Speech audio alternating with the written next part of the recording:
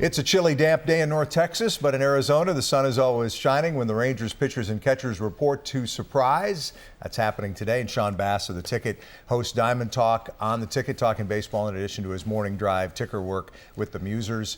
As spring training begins, Sean, Colby Lewis officially announces the end of his Rangers career. Shared that with Emily Jones on Twitter. One of the best big game pitchers in club history. No longer will be part of the Rangers organization. Definitely one of the best postseason pitchers in club history, and of course he's been just that success endeared him to the fan base, and it's kind of sad to see him go. You knew that getting up there in age, now 37 years old, his second half really wasn't that great last year, very home run prone, but to see him put it in words today, and Emily tweeted out, it was tough. It hurt my Ranger heart, not going to lie to you. Yeah, not necessarily retiring, but clearly the Rangers have made it clear to him that he's not part of their future plans. As you said, 37 years old, but really a fan favorite for a long time here.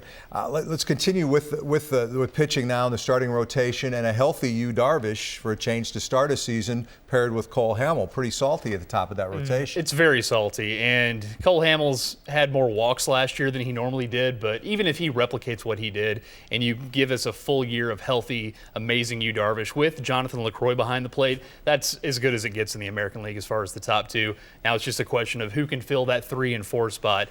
Bringing in Tyson Ross is very intriguing, especially for the money, because if he can get back to his 2014 form, you're talking about one of the best ground ball pitchers in baseball. And then we'll see what happens with Andrew Cashner, and everybody's expecting big things another year removed from Tommy John for Martin Perez. So as far as the middle of the rotation goes, it looks good on paper, and John Daniels did a good job of fortifying organizational depth as far as guys like Dylan G. You have Nick Martinez, Griffin's back. So there's many options out there if a big rash of injuries happens to hit.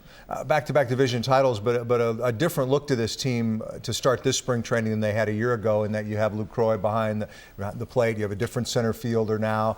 And a big question is that first base DH combo. By all appearances, Napoli will be back with this team, and Josh Hamilton trying to make this club as well. What are the chances that Josh Hamilton makes a meaningful contribution to the Rangers this year? I don't know if anybody can feel incredibly confident in something like that, but he's still Josh Hamilton. He has that ability in his body. It's just a matter of, can his body do it anymore? He came off the ACL surgery last year, didn't play at all. He says he feels good. He's in the right headspace, which, for him, that's always an issue.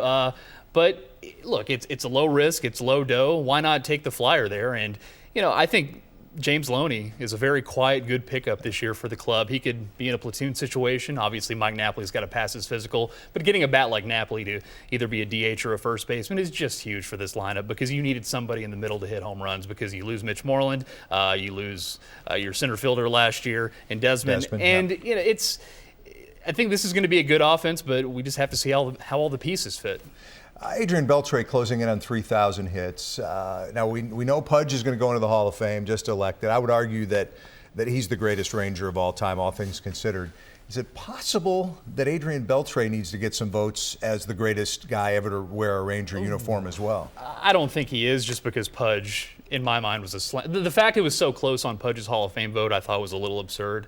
But I think Adrian Beltre is also a no-brain Hall of Famer. Right. He's going to get 3,000 hits. He's been with this club for a long time. And he's played in the World PED Series. Suspicion with Beltre. There's never been even a hint of suspicion there, and he's played injured. And he's a great fan favorite, a clubhouse guy, and I mean, he's one of the best third basemen of all time. I mean, he's going to go into the Hall of Fame with one of the best cumulative WARs for a third baseman in history once it's all said and done. And he's 38, and he doesn't show any signs of slowing down, at least from what we've seen recently. Quickly, the division this year, how do you see it in addition to the Rangers? It's really weird. The Astros, I think, have done a good job as far as fortifying their rotation. You would assume all that young talent will eventually take that step forward. So it's a safe bet to say they're probably, maybe the favorite to win, but Texas has won the division 2 years in a row. And Jerry DiPoto, on all the trades he makes, he's trying to just totally revamp that organization top to bottom, trying to get more athletic. It's hard to say what they're going to be. I think they made a lot of lateral moves as far as their rotation goes. And as far as Oakland and LA, I still think they're